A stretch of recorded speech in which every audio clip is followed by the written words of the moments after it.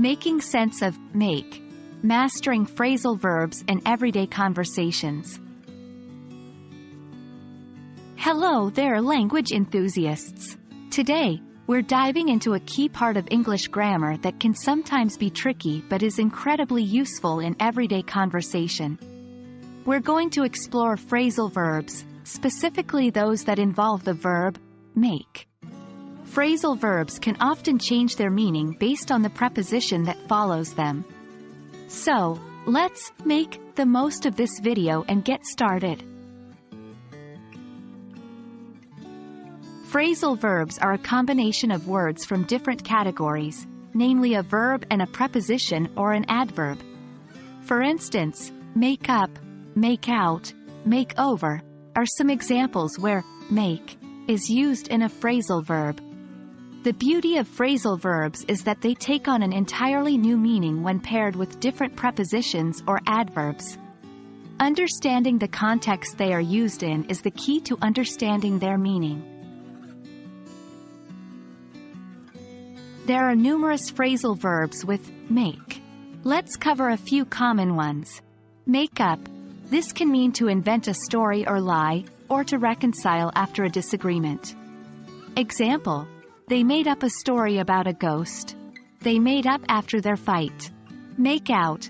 This can mean to decipher or understand something. It can also mean to engage in passionate kissing, often used in informal contexts. Example: I couldn't make out his handwriting. They were making out at the party. Make over. This usually refers to a complete transformation or renovation. Example: she had a complete makeover after her breakup. We use these phrasal verbs more often than we realize. Here are some examples. You might make up a bed, meaning to arrange the bed neatly. When you make out a check, you are writing it. If you make up your mind, you are deciding something. When you make over a room, you are renovating or redecorating it. Now, let's try to put these into practice.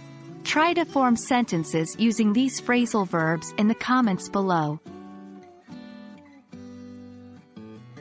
And that's a wrap on our discussion of phrasal verbs with make in everyday conversations.